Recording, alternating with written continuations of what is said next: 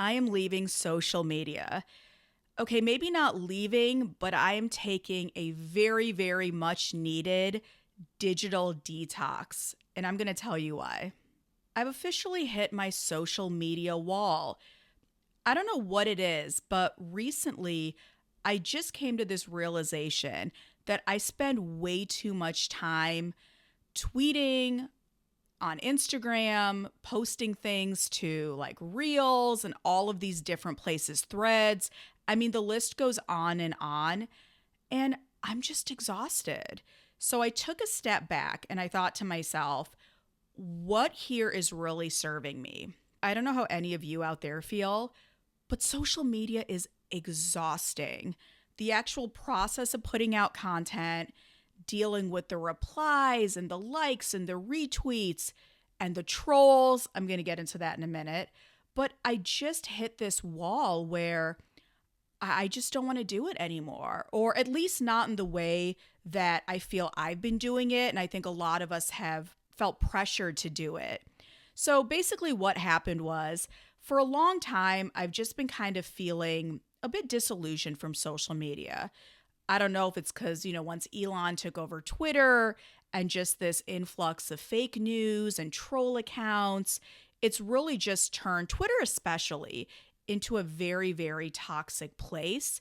And for me, being a music journalist and being an author, that's where I spent most of my time. I think for other people, maybe Instagram is where you spend most of your time. The gram never really interested me that much, so that wasn't an issue. I think for me, the biggest issue was Twitter, now X. And I just found myself spending so much time putting out content. And then in my case, it usually would cause some sort of a controversy. And it wasn't even controversial. It's just hot takes about music and rappers. But then going into those responses, dealing with trolls. And more, I just thought to myself, this is not serving me. I'm not getting paid off this, at least not directly. And I just don't have fun anymore. I did a whole newsletter on Substack, and I'll link it below. But it just reminds me of how I started my relationship with social media. I went to the University of Michigan, and we were one of the first colleges to get Facebook. And in the beginning, it was actually really fun.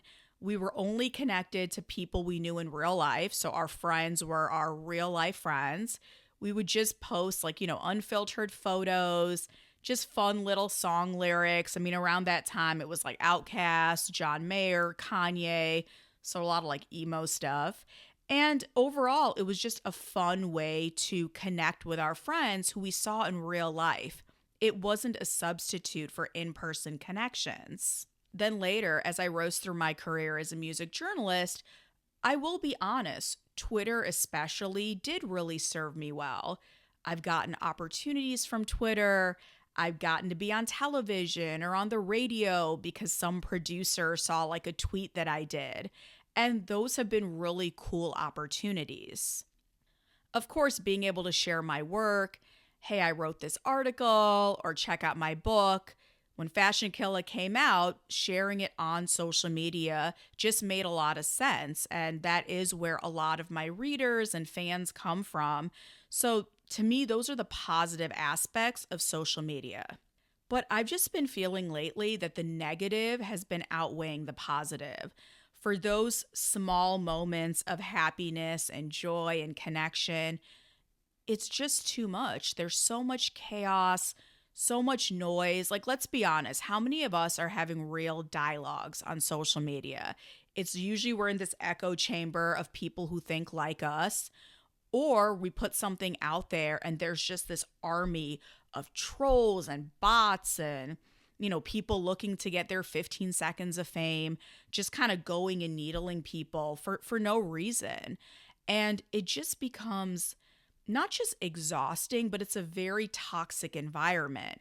And just imagine, we are choosing to put ourselves into that toxic environment.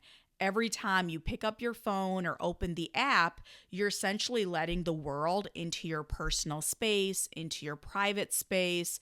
And this should be something that's sacred. It's really only meant for a handful of people. But instead, you have the entire world with their comments and opinions. And it's just too much. Like, I got to a point where people would just hit me asking me for opinions on new music or, oh, look what's going on with Drake and Kendrick. And in one way, I do appreciate that they see me as an authority. They want to see what I have to say, but it's not like you have these opinions on demand. Hey, I need your hot take like right now. Give it to me right now. No, but in reality, any of us that are on social media, we are the product and we are creating content for very, very wealthy men. Like, you're essentially creating wealth for tech billionaires. And at some point, you just start to realize, how is that serving me? How is that helping me? I understand for my job, I can't be completely off social. So I'm taking some very small but meaningful steps. And if you're somebody who also just feels this way about being on social media, feel free to try them. I would love to know in the comments if you have some advice on how we can, I think, better curate and be discerning social media users. So the first thing I did is super easy. I put all of my icons, so that's Twitter, Instagram, Threads, TikTok, Facebook. I'm sure I'm missing something. I put them all in a folder. And then I put that folder like on the 5th page of my phone. So what that means is I need to scroll through several pages even to see the icons. So out of sight, out of mind. So that's kind of the first step. I would liken it to if you're trying to eat healthy, you don't really want to keep, cookies and treats and these things at your house. It's the same way. If you don't trust yourself and you still feel that you're going to get that itchy finger and go to those icons, feel free to just delete them from your phone. So if you do need to access social, you can just do it on your desktop.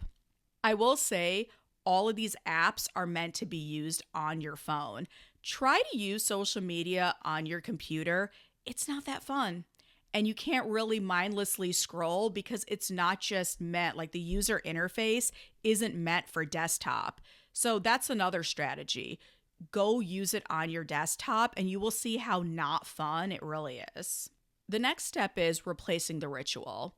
So you can't just go cold turkey off social media or limit your usage because you're going to have a lot of free time. I've already noticed this in just a few days. So what I do, and especially living in New York, you're constantly on the move, you're waiting in line somewhere, waiting for somebody. It's so easy to just go on social and do a quick little scroll. Oh, it's nothing, it's innocent. So when I'm in those situations, I now either have podcasts that I'm really excited to listen to. I just started the new season of Serial.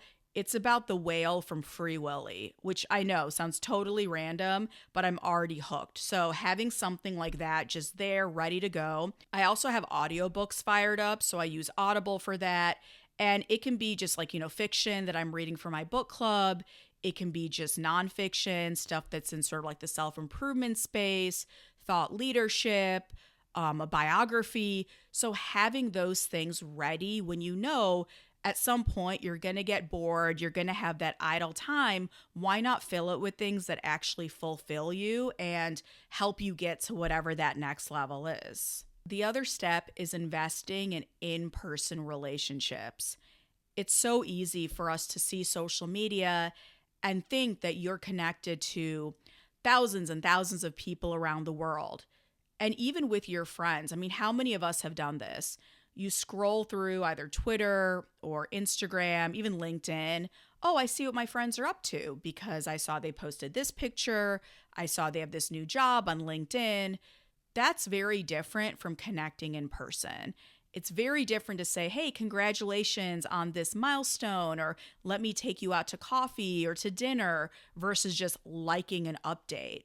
And I think so many of us have replaced those valuable in-person interactions with just what we see on social media and thinking that we're connected to people. As a society, we're more connected than ever. You can literally reach out to people all over the globe, but we're also in a loneliness epidemic. We're in a time where people say that they're anxious, they're depressed, they feel lonely. That doesn't make sense. And I think the reason why is, as humans, we were meant to connect in person. A swipe, a like, a retweet, That's not going to replace human interaction. So that's another thing that I'm actively investing in. Going out to more events, meeting new people, doing things that I just want to do. I think all of us know that there's fun things in our town that we've always wanted to do. Maybe it's going to a museum, going and seeing a show, going to a new restaurant. These are things that you want to do. Make that list. Maybe it's even 5 things and start going through that list. No more excuses. And in the beginning, you may have to go by yourself, and that's okay. When you go out and you start circulating in the places that you want to be, I promise you, you will meet like-minded people. Also, don't discount. A lot of people are feeling this way. They're feeling really disconnected. Hit up your friends and just tell them, hey, I'm about to go do this. Do you want to come? And more often than not, people want to do things in person. Between social media, the pandemic, working from home, I really just think people are yearning for that in-person interaction, for that connection. But sometimes people feel like, oh, you're so busy. I look on your social media and you're just living this amazing life. They don't even think that you want to hang out with them. So be that first person to reach out. And I promise you, people do want to connect. I don't know where I heard this, but somebody said when it comes to content, you should be creating more content than you consume. And I thought that was so interesting because for a lot of us, maybe you have a YouTube channel, maybe you're a writer, you have to create content and share it with the world. I totally get it. But use that finite time to create that content and then just shut off your phone. There's no need to sort of, doom scroll, go through the rabbit hole of like conspiracies and this and that. It's just not healthy. And I have yet to meet somebody who said, wow, I spend so much time on Twitter and I'm so happy. Or, yeah, I love being on Instagram. No one says that. I've been around A-list celebrities. Like I'm talking about people who on paper, they're beautiful, they're rich, they're famous, they have everything the average person wants. All it takes is one comment on Instagram and their whole day is gone. I've seen grown people, men and women, completely fall to pieces. They threw something on Instagram and all of a sudden the trolls came out. It's just not healthy. And it's also not natural. Like as human beings, we were meant to live life in real life. A lot of you might be thinking, okay, so Selmi, are you done with social media? I'm not going to hear from you anymore. No, not at all. I'm just going to be very discerning in what I share online. And I'm also going to be very intentional and use it as a positive tool for connection. So that means sharing important work updates, sharing my new videos, things like that. And the minute it starts to feel bad, I think you guys know, right? Like when it just doesn't feel good, that's when I know I need to pull back and try something else. So that's what I'm doing for like the next 30 days. We'll do a check-in after 30 days, but I think it's really just healthy. I think it's really positive. And more than anything, I really think that living our lives in real life, having real connections, meaningful connections, that's what life is about. It's not about being on a screen all day, yelling at strangers in the void. Like that's not what life is about. So that's what I'll be doing for my 30-day social media detox. I want to know if any of you out there have tried to do a detox, especially if you've done it successfully. Share some tips in the comments because I think a lot of people, they want to do it, but it's just really hard to start. And you feel like, major FOMO. Am I going to miss out?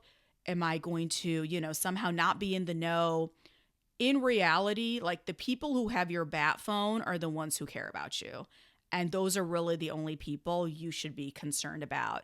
And when it comes to, rappers or celebrities, if something happens big enough, I promise you it will rise to the level of news. You will hear about it. It is not imperative to see it in the moment. You're not going to miss anything. And I think it's just about taking a breath and understanding that you get to decide how and if you want to use social media.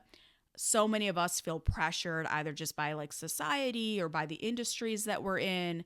There is no pressure. Most successful people in the world are actually not on social media all day. The ones who are getting a check for it.